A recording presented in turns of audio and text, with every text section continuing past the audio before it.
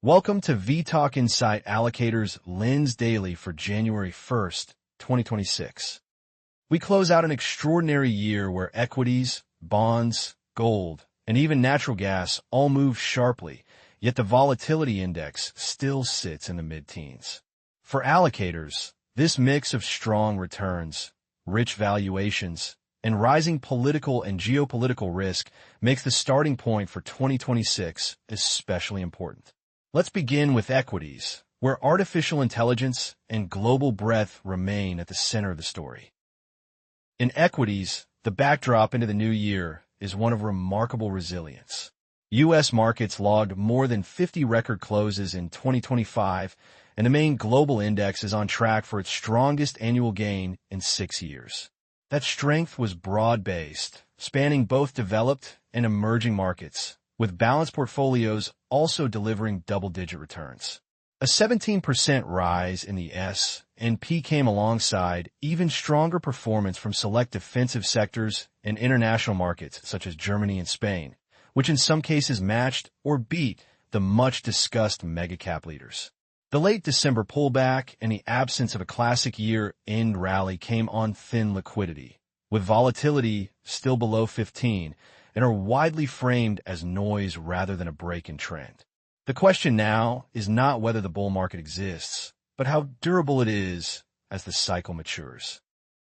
Artificial intelligence remains the central equity narrative and, increasingly, a real earnings driver. Hardware and infrastructure names tied to data centers, memory, and storage outpaced many software platforms as investors looked for tangible ways to play the build-out. Beneficiaries now stretch from core chip makers in the U.S. and Taiwan to power equipment, grid-linked industrials, and even companies reallocating capacity toward data center storage. This has helped markets like South Korea and Taiwan and reinforced the outperformance of sectors such as technology, industrials, and aerospace and defense. Unlike the late 1990s, much of the AI spend is funded by free cash flow from hyperscalers, and several observers argue the sector is not yet in classic bubble territory. Even so, aggressive capital spending, record low free cash flow yield for some leaders, and extreme multiples on certain infrastructure plays leave little margin for execution missteps. Leadership within equities has been quietly rotating. Investors are moving away from the highest beta, momentum names toward more defensive sectors and cyclicals with clear valuation support. Financials and select industrials tied to data center build-out and reshoring are expected to gain share in market leadership, while real estate and consumer staples may continue to lag. Geographically, Europe and several emerging markets have broken years of underperformance. European indices and local currency have nearly matched the U.S. megacap complex, and in some cases outpaced broader U.S. benchmarks once currency effects are included. Germany's potential shift towards significant fiscal stimulus, alongside elevated defense spending across the region, offers a different driver than AI alone. Valuations, however, have moved up with the price action. A good portion of Europe's recent outperformance reflects multiple expansion, making relative value less compelling than a year ago, even as global ex-U.S. markets and emerging economies still offer more reasonable starting points in aggregate. Underpinning the equity story is a constructive earnings and macro backdrop. Consensus expects mid-teens profit growth for the S&P in the coming year, with estimates for the fourth quarter being revised higher at the fastest pace since 2020. Importantly, that growth is expected to broaden beyond mega-cap tech into financials, industrials, and parts of healthcare and biotech. Economic data remain robust, with solid gross domestic product, a still firm labor market, and balanced portfolios already posting strong gains this year. The prevailing base case assumes a soft landing rather than recession, with markets looking for 2 to 3 Federal Reserve rate cuts and no major downturn in the first half. At the same time, expectations for index-level returns in 2026 are more muted. Several forecasts call for positive but below-average gains, under 7%, as starting valuations compress potential upside even if earnings deliver. For multi-asset allocators, The equity risk list is increasingly about valuation, policy, and concentration. Heavy and concentrated AI-related capital expenditure raises the chance that some projects disappoint on returns, which could trigger a reset in multiples for parts of the tech complex. Historical patterns around U.S. midterm election years point to average peak to trough drawdowns near 18%, and there is already a visible shift from high beta exposure toward more defensive equity allocations. Global debt loads, political polarization, and geopolitical flashpoints add further layers of uncertainty, even as the base case remains one of ongoing growth. The balance for now is a still supportive earnings and policy backdrop against richer pricing and higher expected volatility. How quickly AI investments translate into broad-based productivity and profits, and whether market leadership continues to widen beyond a narrow set of names, will be crucial signals as we move to the rates picture. In rates, the message is one of shifting shape rather than outright drama. Yield curves have been steepening globally as markets grapple with lingering inflation and rising government debt, but the U.S. picture is more nuanced, with the 2-year to 10-year spread still deeply inverted, at its widest inversion in several years. Both short and long-dated Treasury yields have moved higher on the back of lower-than-expected jobless claims, underscoring ongoing labor market resilience. At the same time, markets are already pricing around 75 basis points of Federal Reserve rate cuts for 2026, reflecting an expectation that today's restrictive stance will eventually ease. This tension between persistent inversion and episodes of bear steepening leaves duration risk and curve positioning central to the rates discussion. Recent Federal Reserve communications highlight a central bank that is cautious and internally divided. Meeting minutes suggest policymakers are now more worried about potential labor market weakness than about inflation, which remains above target but has trended lower. Yet there is no consensus on how quickly to cut, and several regional presidents are signaling resistance to aggressive easing without clearer signs of sustained productivity gains or economic weakening. Complicating the outlook, inflation pressures are far from uniform. Tariff effects and supply chain frictions are expected to keep service sector and healthcare costs elevated, while major pharmaceutical companies plan broad price increases of around 4% on hundreds of drugs. Expiring healthcare subsidies are set to push premiums higher for many households, adding to real economy strain even if headline inflation moderates. Against this backdrop, the Fed is unlikely to rush into cuts, even though minutes acknowledge that some easing lies ahead. Policy uncertainty, including around future leadership, becomes a direct driver of rate volatility. High and rising public debt amplifies the importance of rate levels.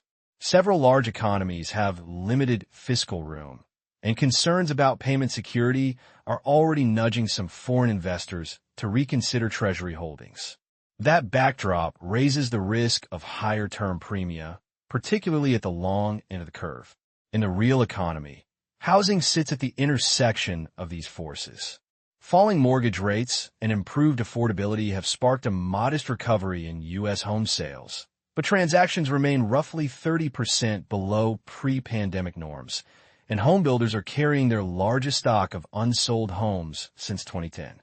If 10-year yields move back toward 4.5%, mortgage rates could rise again and stall that recovery.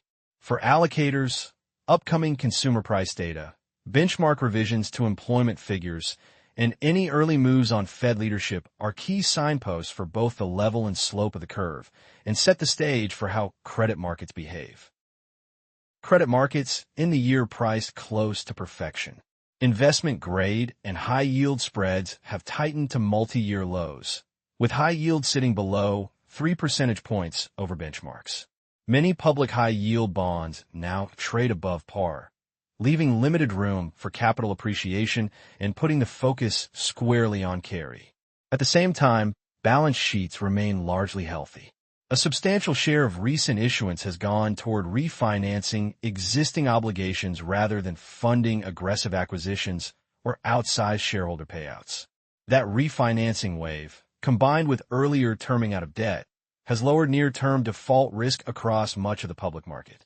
The result is a fundamentally sound, but valuation-rich starting point. One important development for allocators is the growing concentration of credit risk around the AI theme. AI-related issuance now accounts for roughly 14% of investment-grade supply, double last year's share, as tech and infrastructure leaders tap markets to finance data centers and chip capacity. So far, investors have eagerly absorbed long-dated paper from cash-rich, highly rated issuers, including large tranches from leading technology platforms. In the banking system, large U.S. institutions continue to look resilient. They have navigated pockets of credit stress and high-profile defaults with limited damage, helped by diversified revenue streams and, in some cases, regulatory easing. A gradual shift of lending from private credit back toward bank balance sheets could support earnings further if rules continue to loosen. However, these same banks are sensitive to any widening in spreads or spike in volatility, which could quickly reverse recent outperformance. For credit allocators, the trade-off is increasingly asymmetric. Record tight spreads and improve credit quality cap upside from further tightening, while any macro or policy shock that reopens risk premia could lead to meaningful mark-to-market losses, even without a recession-level default cycle. Global debt levels are historically high, political tensions are rising, and discussions of wealth taxes and forced asset sales are no longer purely theoretical. Those dynamics add medium-term uncertainty around refinancing at higher rates, particularly for more leveraged borrowers outside the top tier. In this environment, close attention to sector concentration, issuer fundamentals, and the interaction between bank earnings and market liquidity becomes critical, especially as we turn to currencies and digital assets, where capital flows are already being reshaped. In foreign exchange, the dominant theme has been a modestly weaker dollar and a reordering of capital flows. Softer U.S. currency performance has supported international and emerging equity markets and eased conditions for dollar borrowers. At the same time, geopolitical tensions and sanctions risk are nudging some countries, notably China, to reconsider the scale of their investments in U.S. bonds. Concerns over payment security and rising U.S. debt are encouraging incremental diversification, even if the dollar's reserve status remains intact. This combination of structural dollar demand and gradual de-dollarization creates a more two-sided currency backdrop, with higher potential for bouts of volatility that feed directly into cross-border portfolios. Digital assets sit at the intersection of FX, technology, and regulation. In 2025, major cryptocurrencies such as Bitcoin and Ether underperformed traditional risk assets, posting annual declines while the S&P gained close to 17%. That price action masks improving fundamentals. Institutional infrastructure advanced meaningfully. A federal framework for stablecoins has encouraged large banks to explore tokenized deposit and payment products, while new legislation is expected to allow not only financial firms, but also major consumer brands to experiment with their own stablecoin ecosystems. Recent crypto exchange-traded funds were among the most successful launches on record, despite limits on proactive marketing, pointing to substantial latent demand. Alongside this, industry insiders anticipate a step change in institutional adoption in 2026 as more corporates and financial institutions integrate on-chain rails into existing businesses. Counterbalancing that constructive narrative is a clear increase in risk. Crypto-related crime surged this year, with several $1 billion lost to hacks and a significant share attributed to state-linked actors. AI-driven scams have multiplied, and a major liquidity event in October led market makers to pull back risk, even though no systemic insolvency emerged. Regulatory clarity remains patchy. While some jurisdictions move quickly, delays in broader U.S. legislation have pushed parts of the talent pool overseas and left state and federal legal questions unresolved, especially around sports and event-linked prediction markets. For allocators, the takeaway is that digital assets are becoming more embedded in mainstream finance through stablecoins, exchange-traded products, and AI-related tokens, but they remain highly sensitive to regulatory headlines and cybersecurity developments. It should be viewed through a macro and risk management lens alongside traditional FX exposures. Commodities round out the late cycle picture, with precious metals taking center stage.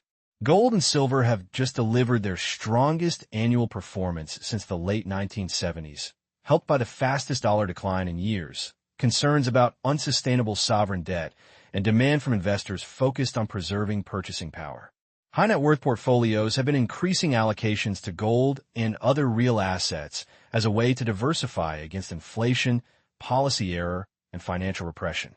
At the same time, the scale of recent moves has brought pronounced volatility, particularly in silver, which saw a near 33% monthly gain punctuated by abrupt double-digit setbacks. Exchanges have responded with higher margin requirements, and some funds have constrained inflows, signaling that while precious metals still function as a defensive anchor for many portfolios, positioning and liquidity risk have risen materially. In energy, the near-term outlook for oil is surprisingly soft despite ongoing geopolitical tensions. Global markets appear well supplied, with record U.S. output and strong growth from Brazil and Guyana offsetting potential disruptions. OPEC is expected to hold production steady in the face of a persistent surplus, and several forecasters see crude drifting into the low 50s per barrel by 2026. Those levels are challenging for many U.S. producers and could eventually force capital spending cuts, especially as a de facto embargo and security risks weigh on vulnerable exporters like Venezuela. At the same time, OPEC's pause in planned production increases underlines that spare capacity is not unlimited, leaving room for a supply-driven price recovery if demand surprises on the upside. Natural gas is increasingly marching to its own drumbeat. Power-hungry data centers and AI infrastructure are driving robust gas demand, with dedicated off-grid projects and Appalachian producers positioned as key beneficiaries. That demand, combined with improved capital efficiency and technology in the shale patch, is reshaping the traditional oil-gas linkage.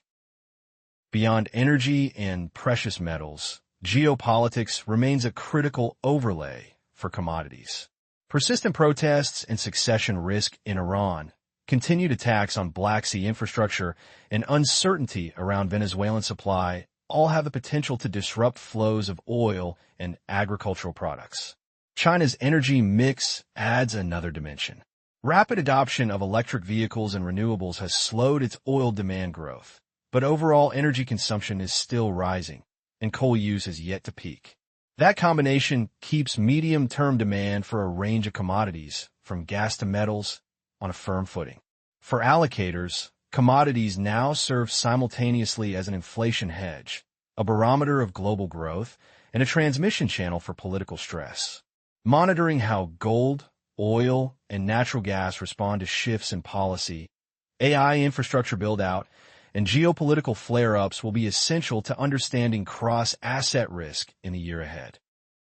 Stepping back across assets, the picture is of a late but still resilient cycle.